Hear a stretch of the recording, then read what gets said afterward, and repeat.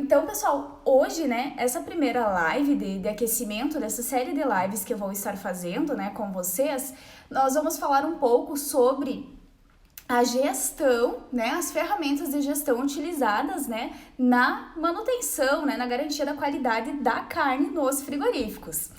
Então, pessoal, quando a gente fala, né, nas ferramentas da gestão da qualidade, primeiramente a gente precisa ter uma noção, né, um conhecimento do que se trata a qualidade, né? Então, especificamente falando de carnes, né, a gente precisa lembrar um pouquinho do conceito, né, da qualidade da carne. Então, como nós sabemos, né, a carne é um produto altamente perecível.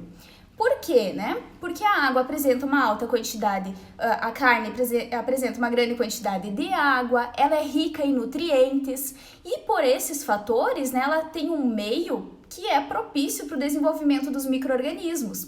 Então, quando a gente fala, né, em ferramentas de gestão da qualidade, nós precisamos levar em conta, né, todas as ferramentas disponíveis justamente para que a gente consiga, além, né, de manter a qualidade do produto, para que a gente consiga também, né, manter a segurança dele, entregar ao consumidor final um produto que tenha excelência na qualidade e que seja seguro ao consumo.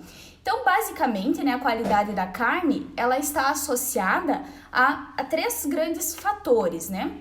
Que seriam, então, a qualidade nutricional, a qualidade sensorial e a qualidade microbiológica, que seria em relação à segurança.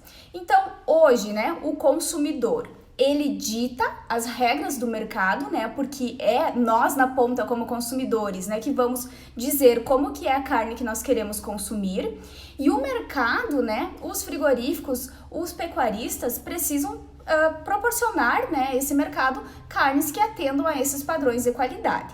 Então, hoje, o consumidor busca carnes que tenham características, né, sensoriais da cor, do sabor, né, a textura desse alimento. Então, eles vão buscar características específicas. Claro que qualidade, para mim, eu vou ter uma definição de qualidade, porque é um termo muito subjetivo. Vocês que estão me assistindo aí já vão ter outra percepção do que é a qualidade da carne. Então, por isso que isso acaba se tornando, né, eu costumo dizer assim, que é um grande desafio para a indústria cárnea manter, né, uma padronização dos produtos e atender essa demanda, né, de qualidade. Mas, basicamente, o produto precisa atender algumas características, né, relacionadas a aspectos sensoriais, né, ao aspecto, então, nutricional. A carne precisa ser rica, né, em nutrientes, em vitaminas, é uma fonte excelente de proteína. E do microbiológico, né, que entra, então, a gestão, as ferramentas da gestão da qualidade, essa carne, ela precisa ser isenta de micro-organismos. Micro-organismos estes do grupo dos patogênicos, micro-organismos do grupo dos deteriorantes, que vão ser, né, micro-organismos que, se caso se desenvolvam no nosso produto, eles vão sim comprometer a sua segurança, porque o consumidor, né, ao consumir esta carne ou o produto carne, né, com esses micro-organismos, a gente tem uma série de problemas que seriam, então, as doenças transmitidas, né, pelos alimentos. E ninguém quer, né, nenhuma empresa, nenhum frigorífico deseja, né, que o seu produto tenha esse problema, né, que ocorra esse processo de contaminação, porque isso afeta toda a questão do marketing da própria empresa, né? As pessoas vão pensar 2, 3 vezes ao consumir aquele produto de novo, né? Então acaba tendo uma rejeição por parte dos consumidores. E isso não é, então, o que é desejável, né, pro mercado. Então tem que se ter esse cuidado também. O que mais, né, que as ferramentas, então, da gestão da qualidade vão ser importantes? Além da eliminação, né, dos riscos microbiológicos, também elas vão ser essenciais, né, na eliminação de riscos físicos e riscos químicos. Então, os riscos químicos, algum produto utilizado no processo de higienização da própria empresa, do equipamento, né, da indústria em si, que possa vir a contaminar, né, o produto, a carne ou o produto cárneo, e ainda, né, os contaminantes físicos, que pode ser um pelo que fica aderido ainda no animal, pode ser um cisco, algo que quebra, um plástico, né, qualquer contaminante que seja físico, que você consegue tocar nele e ele esteja presente lá, um fio de cabelo, né, já aconteceu, né, várias vezes, desde uma aliança, de encontrar um anel, né, Então, isso é um contaminante físico, que ele não deveria estar naquele alimento, né? E o consumidor pode encontrar isso. Então, as ferramentas da gestão da qualidade, elas são justamente para garantir, né, a qualidade do produto e a segurança, que é o que a gente mais deseja. Então, quais são, né, as ferramentas, né, que são mais utilizadas na garantia da qualidade? Hoje, basicamente, nós trabalhamos com as boas práticas de fabricação. Então, tudo vai girar em torno das boas práticas de fabricação. O que seriam, né, as boas práticas de fabricação? As boas práticas, então, de fabricação, né, dos alimentos, durante o processo de abate, das carnes, dos produtos carnes, elas são essenciais para que eu consiga ter a qualidade do meu produto. Então, vão ser várias ações que eu vou precisar desenvolver, né, que vocês, como trabalhadores, né, dos frigoríficos, precisam colocar em prática. Questões de cuidados, né, com a manipulação dos alimentos, de conversar com os manipuladores, toda aquela questão do que o colaborador pode fazer, a questão de que ele precisa... não pode usar maquiagem, que ele precisa tirar todos os adornos, né, os brincos, anel, não pode usar batom, a questão da saúde desse colaborador, a questão, né, do espaço, que é a planta de produção, né, que ela precisa estar, então, em condições ideais de higienização, né, precisa estar limpa, adequada, que eu preciso ter toda a questão estrutural, as paredes, o piso, o teto, tudo precisa ser lavável, né, os equipamentos, eles têm que ser desmontados, essas peças precisam ser higienizadas. Então, as boas práticas de fabricação, elas compreendem, né, várias ações que vão ser realizadas desde o processo inicial lá de abate dos animais até o processo final. Então, ela é acompanhada, né, durante toda a cadeia produtiva ali o processo do abate, para que a gente consiga garantir que o nosso produto lá no final, além de mantermos, né, a qualidade dele, a gente consiga também manter, né, o que a gente mais quer, que é a segurança, né, a inocuidade, que esse produto seja isento, né, de qualquer tipo de contaminantes que possa vir a existir. Então, por isso que é de extrema importância, né, a gente utilizar estas ferramentas. Então, sim, as boas práticas de fabricação é uma dessas ferramentas, né, e elas são essenciais, né, que sejam colocadas em prática, e justamente, né, para que a gente consiga utilizar outra ferramenta, que é o APPCC, Análise de Perigos e Pontos Críticos de Controle.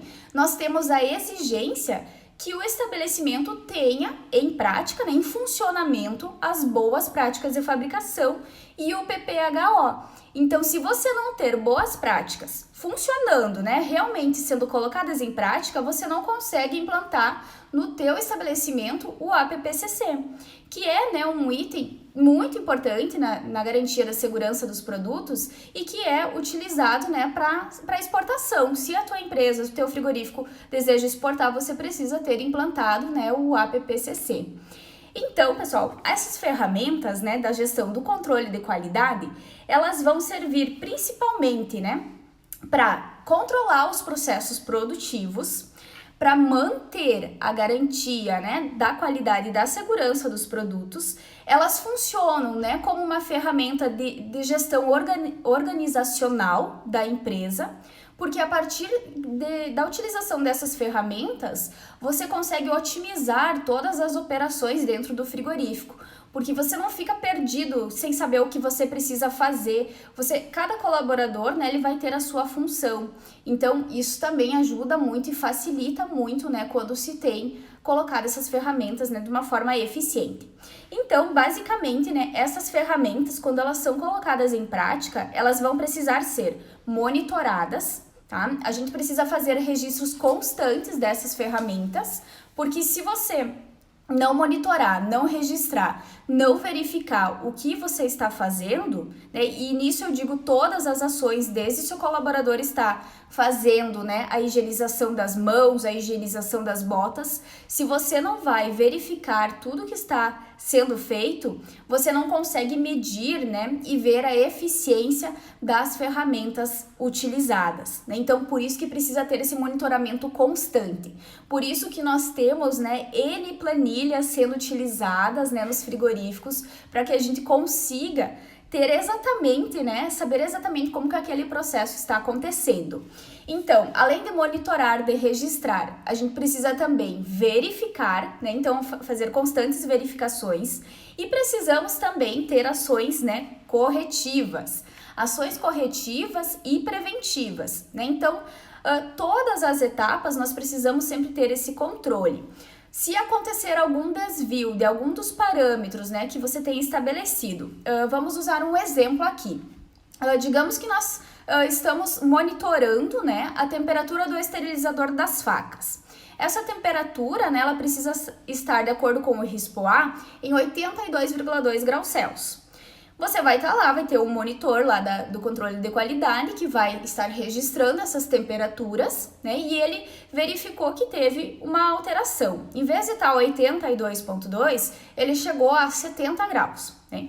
Então, você tem uma não conformidade, né, nesta operação, porque a essa temperatura você não tem a eficiência do processo, ou seja, ele não vai fazer a sua função, ele não vai estar, então, esterilizando, né, as facas durante o processo de abate, e você precisa, então, ter uma ação corretiva para aquele problema, porque ou você vai ter que parar o abate para corrigir o esterilizador, né, a temperatura, para daí dar sequência ao abate. Então, você tem que prever, né, a prevenção, as medidas preventivas e corretivas é justamente você já imagina que pode acontecer determinados problemas durante todo o processo de abate e você precisa ter as medidas. Então, você vai ter que verificar se aquele equipamento está estragado ou não. Caso ele não esteja, você vai lá, você vai descrever, né? Então, nesse programa de autocontrole, nos POPs, você descreve.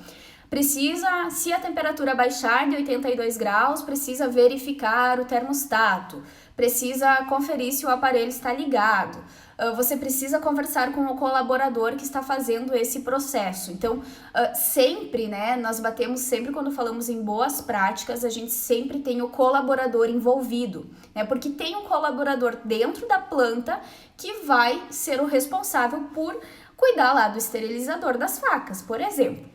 Então, você vai fazer um treinamento. Então, a partir do momento que você coloca essas medidas e que você realmente realiza elas e que você trabalhe com essas ferramentas para que esse problema não volte a acontecer, né, você consegue sempre estar otimizando os serviços, né, dentro do funcionamento, né, dos frigoríficos. Então, isso é muito importante. Aqui, já que eu mencionei, né, a questão dos colaboradores, o que é importante, né, quando se trabalha nos treinamentos dos colaboradores, porque boas práticas de fabricação nós temos a questão dos treinamentos com os colaboradores. Então, é de extrema importância que toda ação, né, toda atividade que aquele colaborador vai fazer, ele precisa ser orientado de maneira correta. Então, o que é importante que se diga? O que ele está fazendo, como ele precisa fazer e o porquê ele está fazendo. Por que, né, essas três ações? O que, como e porquê?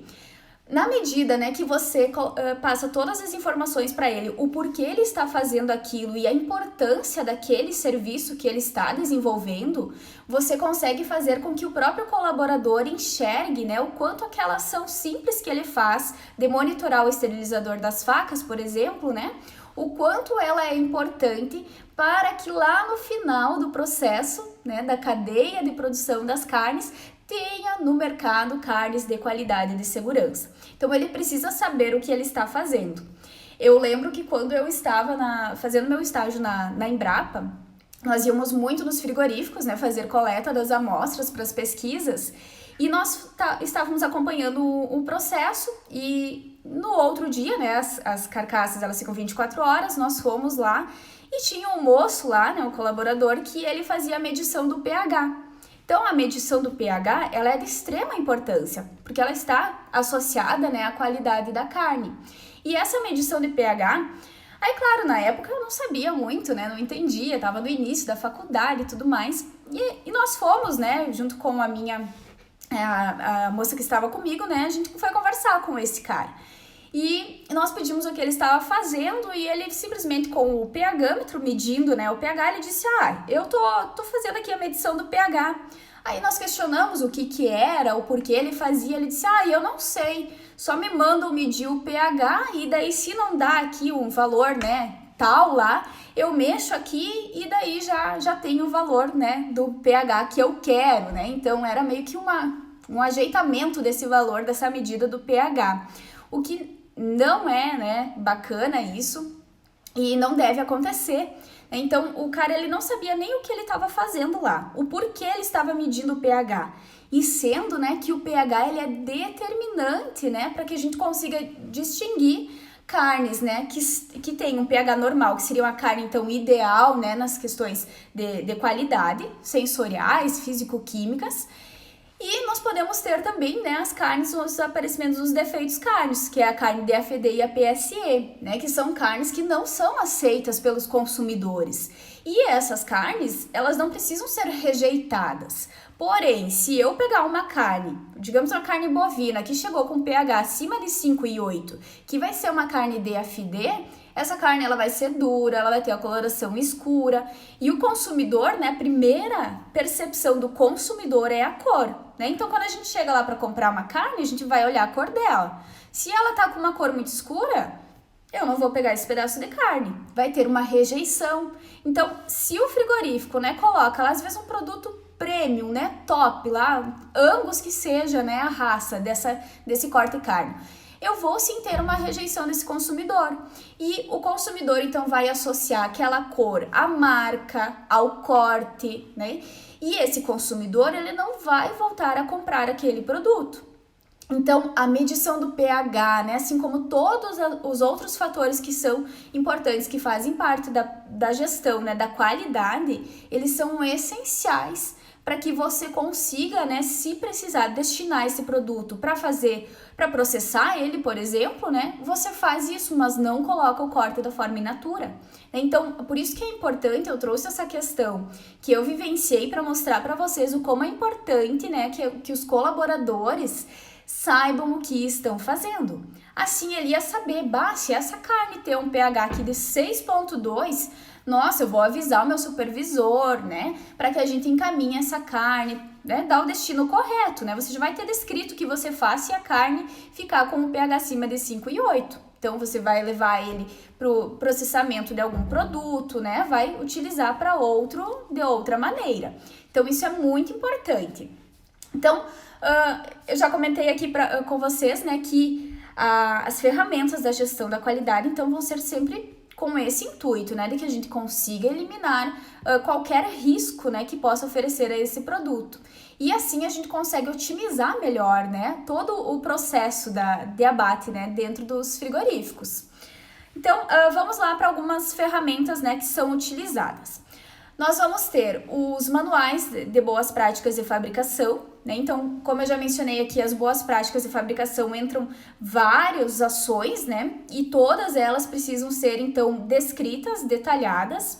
Dentro desses manuais, né, nós vamos ter os programas de autocontrole. Os programas de autocontrole, então, nada mais é, né? Eu trouxe até aqui a definição que a gente tem no RISPOA. Eu vou ler para vocês a definição, então, dos PACs, né? Dos programas de autocontrole. Então, são programas desenvolvidos, tá? Procedimentos descritos, desenvolvidos, implantados, monitorados e verificados pelo estabelecimento, com vistas a assegurar a inocuidade, a identidade, a qualidade e a integridade dos seus produtos, que incluam, mas que não se limitam aos programas de pré-requisitos BPF, né, PPHO e APPCC. Então, o que quer dizer isso, né? Como eu mencionei antes lá, no início, né, que as ferramentas, elas precisam ser monitoradas, verificadas, registradas, né, que eu preciso ter ações preventivas e corretivas, os PACs, né, também se tratam disso. Então, além de você desenvolver, o programa de autocontrole, você precisa monitorar ele, você precisa verificar ele, você precisa fazer com que ele atenda, né, a requisitos, então, das boas práticas de fabricação. E nós temos vários, né, PACs que são obrigatórios, né, que se tenha, e amanhã eu vou falar mais sobre isso, né, então hoje eu não vou me ater muito ao PAC, né, aos programas de autocontrole, mas amanhã eu vou trazer para vocês quais são esses PACs e algumas dicas de como fazer. O importante, né, é que esses programas, né, assim como o manual também das boas práticas de fabricação, eles são documentos que não basta você fazer ele uma vez e agora eu tô livre, né? Não preciso mais fazer esses documentos. Não, né? Eles são documentos que sofrem constantes modificações. Então você precisa estar toda hora atualizando. Por isso que o serviço, né, de quem trabalha na gestão da qualidade, no controle da qualidade, ele nunca acaba, né? Porque você precisa estar sempre monitorando. Então, sempre que ter uma revisão que alterar, que mudar alguma ação do processo, né, seja lá da higienização das instalações ou do monitoramento de temperatura, trocou o sistema, trocou os sensores, vai mudar a forma, né, com que está sendo feita a calibração dos sensores de temperatura, você precisa mudar, né, o seu programa de autocontrole, atualizar ele, né, e descrever ele então da forma que é. O que é bacana aqui quando a gente fala, né, nessas ferramentas todas que a gente tem em todos esses programas, que muita gente, né, acha que vai copiar da internet aquele programa, vai pegar lá um exemplo de um PAC, vai copiar, né, tal qual achou lá na internet. Não, né, por que não? Cada estabelecimento vai ter as suas peculiaridades. Então, o meu frigorífico, né, se eu não tenho mas se eu tivesse, o meu frigorífico vai ter uma forma de medição de temperatura, por exemplo, diferente do frigorífico de vocês. E eu não posso simplesmente dizer algo que eu não faço. Por quê? Né? Quando o auditor vir, né, quando eu ter uma fiscalização, esse auditor, ele vai pegar os meus documentos, ele simplesmente vai chegar lá, vai olhar todos os PACs, todos os registros, todas as planilhas, e ele vai olhar tudo que está escrito e o que mais? Ele vai só olhar os papéis? Não, né? Ele vai ir em loco, ele vai ir dentro da indústria e vai lá olhar se realmente está sendo feito como estava descrito no papel. Então, não adianta você copiar de alguém, né? Você pode sim se inspirar, usar aquilo de modelo, mas você tem que colocar da maneira que realmente é realizado. Eu gosto de dizer assim, seria como uma receita de bolo. Então, se você faz lá o PAC do higienização de um equipamento, você vai descrever exatamente como você faz. Um moedor.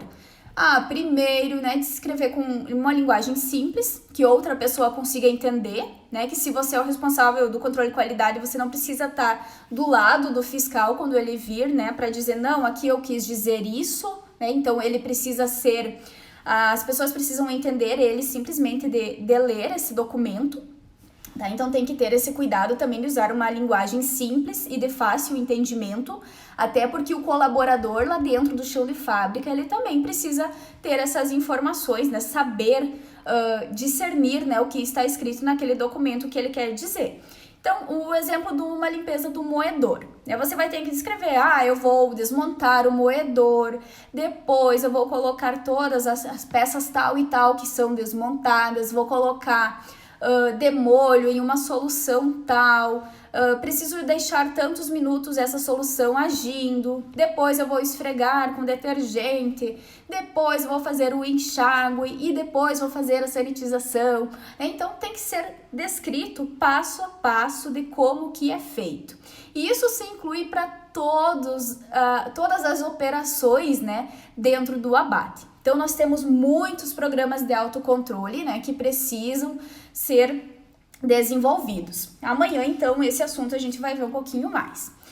Todas essas questões, né, do PAC, a definição que eu li aqui para vocês, né, dos programas de autocontrole, elas estão descritas no RISPOA, né, que é a legislação que a gente tem, que traz tudo o que está associado, né, a como que deve ser feita essas questões da garantia da qualidade, né, então ali a gente tem muita informação, né? Então, quem ainda não conhece, né, essa legislação, é bom, né, estudar ela, olhar bem como que é. A gente tem, né, o RISPOL 9013 de 2017 que traz essas definições, né? Então, essa legislação ela teve uma atualização em 2020.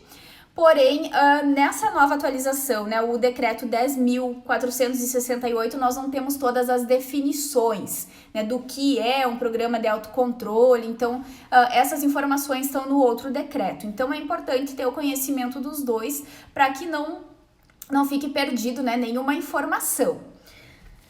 Com relação ainda, então, aos programas, né?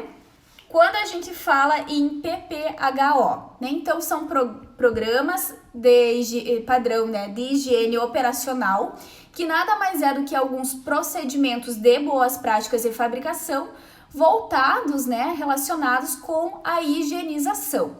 Então também, né, o estabelecimento que é o responsável por fazer essa documentação, por ter todo o monitoramento e todo o registro, né, destas informações. E é um dos, né, esse PPHO também é um dos parâmetros que é obrigatório que se tenha, além das boas práticas, para implantar o APPCC. Então, é outra ferramenta muito utilizada e que sim precisa ser desenvolvida, né, para ser colocada em prática nos frigoríficos. Em relação ao APPCC, né, que nada mais é então a sigla, né, APPCC. Análise de perigos e pontos críticos de controle. Então, o que está associado, né, ao APPCC? Basicamente, né, ele trabalha com 7 princípios, né, que são 7 princípios que vão estar associados para que a gente consiga monitorar, né, encontrar pontos críticos de controle, né? Então, vão ser aqueles pontos que podem ter um risco de uma contaminação. Essa contaminação entra lá naquela parte inicial que eu falei, né? Quando a gente trata de qualidade, que o nosso produto precisa ser isento de riscos químicos, físicos e microbiológicos. Então, esses pontos, eles são justamente, né, para que eu consiga monitorar eles e evitar que eu tenha, né, alguma possível contaminação. Um exemplo, né? Quando a gente tem lá no processo do suíno, os tanques de escaldagem. Nós temos, né, essa etapa ali da escaldagem dos animais, onde passam vários animais pelo tanque de escaldagem. Nós precisamos ter o controle da temperatura, nós precisamos ter o controle da qualidade dessa água. Então, essa etapa, ela é um ponto crítico de controle, onde eu preciso controlar para que eu não tenha nenhum problema de uma contaminação e isso possa vir, então, a causar alterações na qualidade do produto. Então, esse é um exemplo, né? Nós temos vários pontos dentro do processo de abate que precisam ser monitorados. Então, quais seriam os 7 princípios, né, do APPCC? O primeiro é identificar quais são esses perigos, né? Eu tenho um perigo, então, que é físico, que é químico, que é microbiológico. Qual é o perigo, né? Então, a primeira etapa para mim implantar o APPCC é identificar os perigos que possam existir, né, dentro de todo o processo. Depois, né, eu vou identificar os pontos críticos de controle. Então, também eu preciso identificar quais são, né, os PCCs. O que é importante para que eu consiga identificar os pontos críticos de controle, né? Eu preciso entender, compreender todas as etapas do processo de abate do produto que eu tenho, né? Se é o abate de bovinos, eu preciso saber exatamente quais são as etapas até eu chegar lá do animal para a carcaça, para o corte de carne lá no final. Então, eu preciso conhecer, né? Para que você consiga avaliar esse processo, você precisa, sim, conhecer todas as operações. Só assim você vai conseguir realmente identificar, né, quais são os pontos críticos de controle. O terceiro princípio que a gente tem, então, é estabelecer esses limites críticos. Não, só assim, né, você vai conseguir verificar realmente, né, se a determinada etapa lá teve algum problema, algum risco de contaminação ou não. A temperatura tem que estar 82,2. Ela tá nessa temperatura ou não? Então, se ela não tá, qual vai ser a ação que eu vou fazer? Então, isso que é importante fazer. O quarto princípio, então, é monitorar esses pontos críticos de controle. Exemplos, né, de monitoramento. Eu preciso monitorar o pH, né, que eu dei o exemplo. Então, após as 24 horas que as carcaças estão nas câmeras frias, eu preciso monitorar, né, fazer a medição do pH. E eu preciso registrar. Não adianta só eu falar para alguém que a minha carne estava no pH 5,8. Eu preciso provar. E eu vou provar com as planilhas, com os registros, que é o que os fiscais, né, em momentos de auditoria, eles vão cobrar, eles vão exigir esses documentos, né, você precisa ter tudo documentado. Outro exemplo, né, a medição de temperatura, seja lá do esterilizador de facas, da carcaça, do teu produto que é transportado, da câmara fria em que essa carcaça está armazenada. Então, você precisa também, né, ter o monitoramento dessa temperatura. O que a gente pode comentar aqui, né, em relação ao monitoramento? Se você não monitora, você não consegue tomar uma medida preventiva, tá? Então, vamos pegar como exemplo as carcaças que ficam lá 24 horas sobre refrigeração. As carnes, nós já falamos aqui que é altamente perecível, ela tem uma durabilidade muito baixa e por isso, né, nós precisamos manter essas carnes e os produtos carnes sobre refrigeração, né, uma temperatura segura de refrigeração e de congelamento, justamente para que eu não tenha o comprometimento da qualidade desse produto. Então, se eu não monitorar de forma contínua, constante, eu não consigo prever se pode ter algum problema naquela carne ou não. Então, se eu anoto, digamos, a temperatura da câmara fria a cada hora, o que me diz, né, o que garante que durante esse tempo ali, dentre essa hora, não aconteceu no colaborador deixar a porta aberta da câmara fria, estragar o evaporador. E muitas vezes, quando você faz essa verificação de forma manual, você não consegue ver, né, há um tempo hábil de corrigir esse problema, de tomar uma ação preventiva e evitar que ocorra a perda do produto. Então, por isso que monitoramentos eficientes, monitoramentos automatizados, eles facilitam para que você tenha uma eficiência maior, né, na garantia do controle da qualidade dos seus produtos. Então, é muito importante fazer esse monitoramento, que só assim você consegue ter, né, a garantia de que o teu produto realmente vai estar nas condições ideais. Caso contrário, você não vai saber as condições que o teu produto está. Então, é bem importante fazer o monitoramento. Outra questão importante, né?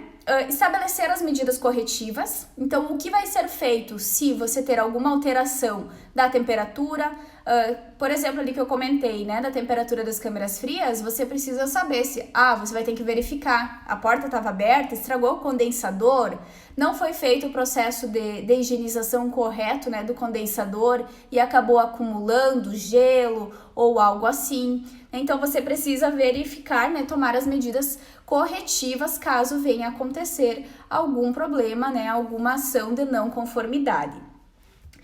Estabelecer procedimentos de verificação, né? Assim, a partir do momento que você monitora, você consegue avaliar, né, se o teu monitoramento foi eficaz ou não. Então, isso também é muito importante, porque o que não é medido, você não consegue melhorar. Então, é muito importante isso.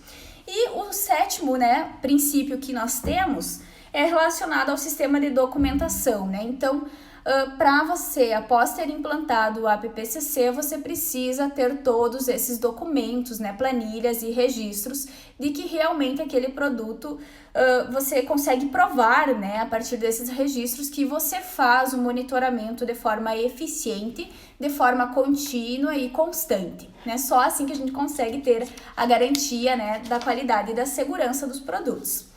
Outra ferramenta que nós temos, né, ela é uma ferramenta que não é só utilizada, então, para a indústria de alimentos.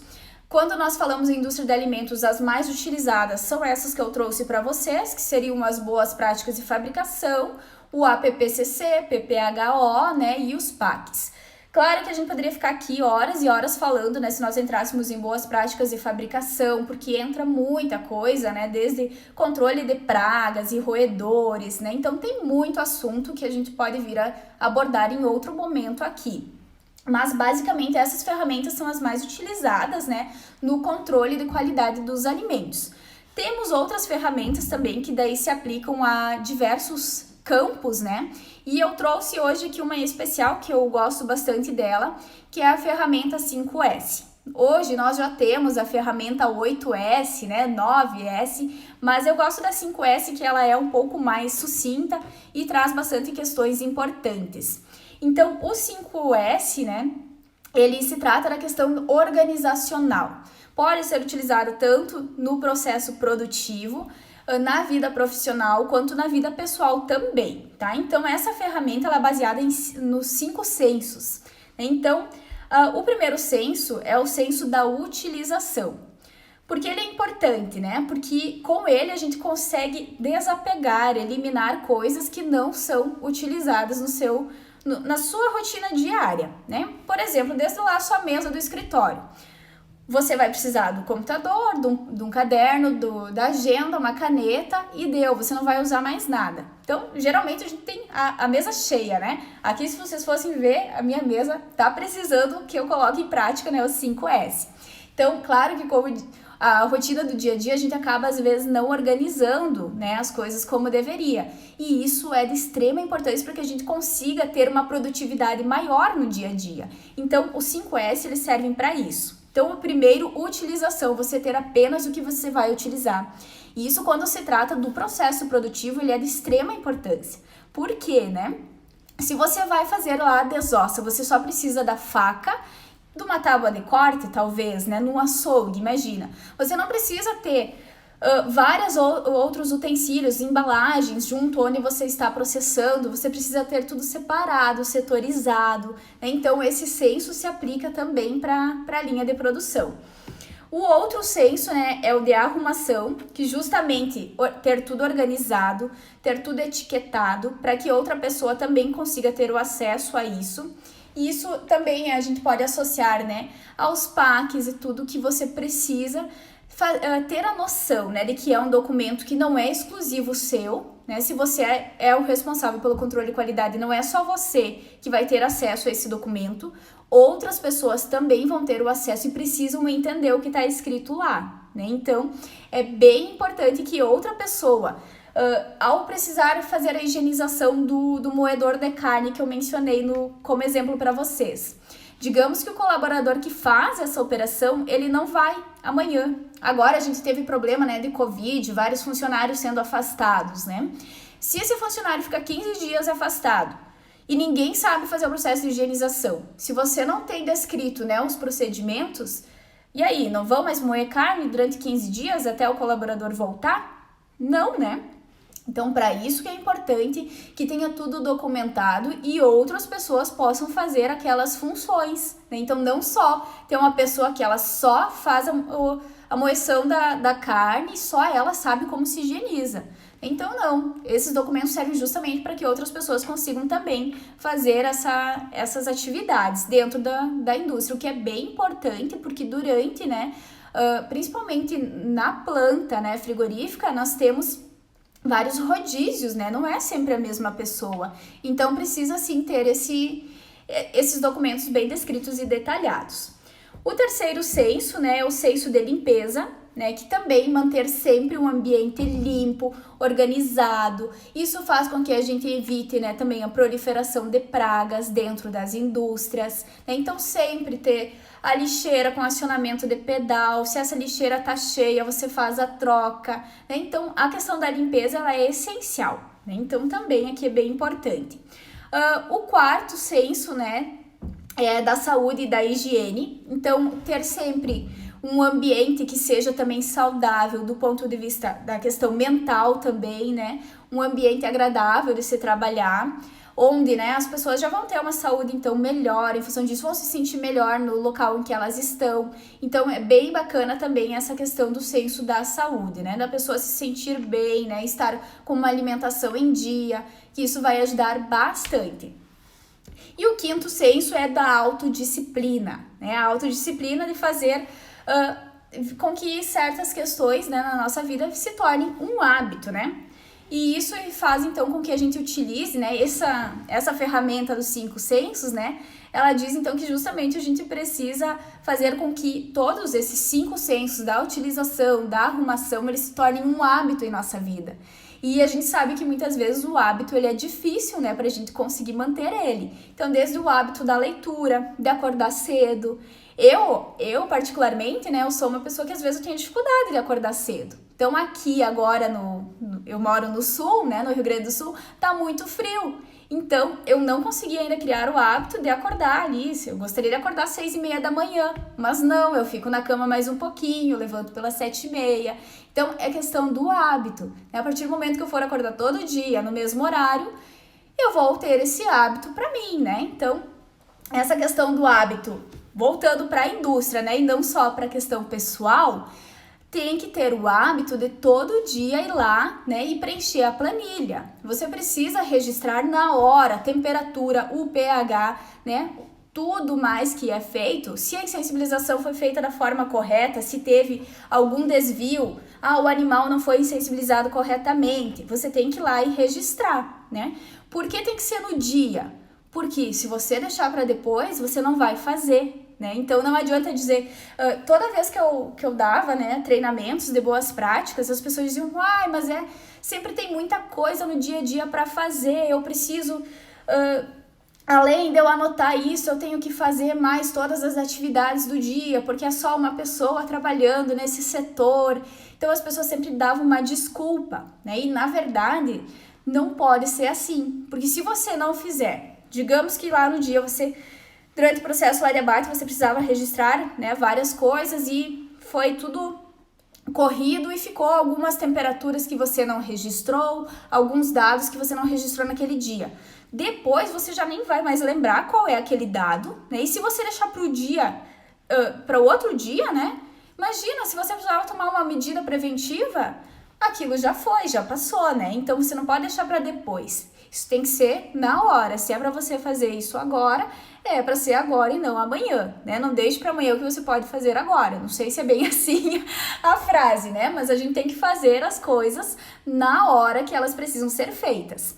Então, em resumo, né? Essas ferramentas, eu preciso fazer elas só porque a legislação me obriga, né? Eu preciso utilizar essas ferramentas, esses documentos todos, porque a legislação obriga, diz que o estabelecimento tem que fazer, né? O que vocês acham? É só porque é obrigatório pela lei que eu preciso fazer? Ou qual é a conclusão que vocês tiram, né, com tudo que a gente veio falando até agora?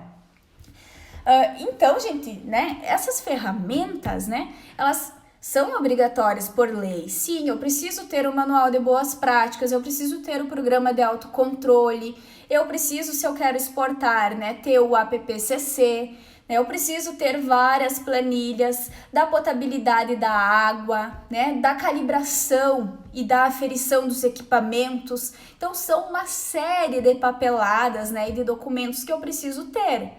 Né? Porém, eu tenho que ter em mente que eu não preciso fazer esses documentos porque a legislação, né, diz que eu preciso ter esse documento. Claro que é importante, né? Se a legislação está dizendo, eu preciso cumprir com a legislação para que eu consiga produzir os meus produtos. Porém, né, o mais importante é que vocês tenham em mente que ter esses documentos são justamente para que você consiga, né, durante todas as etapas do processo de abate, você consiga garantir a qualidade, né? Você consegue manter a qualidade que é buscada desde lá do campo, da fazenda, com a criação dos animais, até, né, o produto final lá que vai chegar ao consumidor. Então, é de extrema importância, né, que a gente utilize essas ferramentas e tenha a consciência de que elas vão ser importantes para que a gente tenha produtos de qualidade e principalmente de segurança. Então a gente já teve vários casos, né, as fraudes que a gente acompanhou, né, que aconteceram em relação às carnes, né, então tudo isso acontece por uma série de questões, né, de ações que não são colocadas em práticas, né, das boas práticas de fabricação e que acabam, né, gerando essas consequências. Então, questões de contaminações químicas que acontecem, né? Um processo de mais higienização que é feito, que a pessoa às vezes na correria, né? Então, na indústria de alimentos não pode ter isso. Você precisa, né, garantir que aquele produto vai ter a excelência, né, a qualidade lá no final. Então, se vocês têm alguma dúvida, eu vi que acho que tem uma pergunta, né, Camille? Sim. Vamos ver aqui. Vamos ver aqui, eu consigo ver. Aqui, a Edgleicia. Oi, Edgleicia. A medição do pH é realizada em todas as carcaças ou é feita uma média de algumas mensurações em algumas carcaças? Então, Edgleicia, como que normalmente acontece, né? A medição do pH, o correto é que seja feita em todas as carcaças, tá? Então, todas as carcaças precisam ser feita a medição do pH. Por quê? Né? Então, lembra quando eu falei lá do pH, né? Que se você não consegue, se você for fazer uma média, por exemplo, né? Como que você vai saber se a carcaça que está do lado, ela não tem um pH que caracterizaria o defeito carne DFD ou que tem o defeito PSE? Então, você não tem como saber, né, se aquela carcaça daí estaria ideal, né, em condições ideais de qualidade ou não. Então, o ideal, né, é que seja feita em todas as carcaças, justamente para que a gente consiga fazer essa diferenciação, né, de alguma carcaça que pode ir para o processamento de produto ou para a carcaça que pode ir para os cortes, então, de forma da venda in natura. O que é importante aqui, já que falamos em pH, né, em relação aos equipamentos, né, às ferramentas, né, ao monitoramento, ao registro, às planilhas, você precisa registrar todos esses valores do pH e você precisa também, né, ter a aferição do equipamento. Se você não faz essa aferição, né, o valor que você está lendo, ele pode não ser o valor correto. Isso também acontece quando a gente fala quando se trata dos termômetros. Então, também, além das calibrações, né, precisa ser feitas aferições, para que justamente você possa, então, ter a certeza, né, dizer que aquela carcaça que leu pH 5 e 4, ela realmente tem a medida de 5 e 4. O local, né, que a gente faz as medições de pH. Então, também nós temos um local que é considerado, né, o melhor local, um local ideal para fazer as medições, né, que é sempre entre a 12ª e a 13ª costela. Então, você vai lá na carcaça, né, vai contar lá, 12ª, entre a 12ª e a 13ª costela, você faz a medição do pH. Tá joia? Então, pessoal, hoje, né, o que eu tinha para falar com vocês sobre as ferramentas, né, da gestão da qualidade era isso. Então, foi um prazer estar com vocês aqui. Eu acho até que eu falei um pouco rápido demais, né? Eu tenho esse costume de, às vezes, falar um pouco rápido, mas espero que vocês tenham conseguido aprender alguma coisa hoje aqui comigo. Então, uma boa noite a todos e muito obrigada pelo carinho de vocês. Tchau, tchau!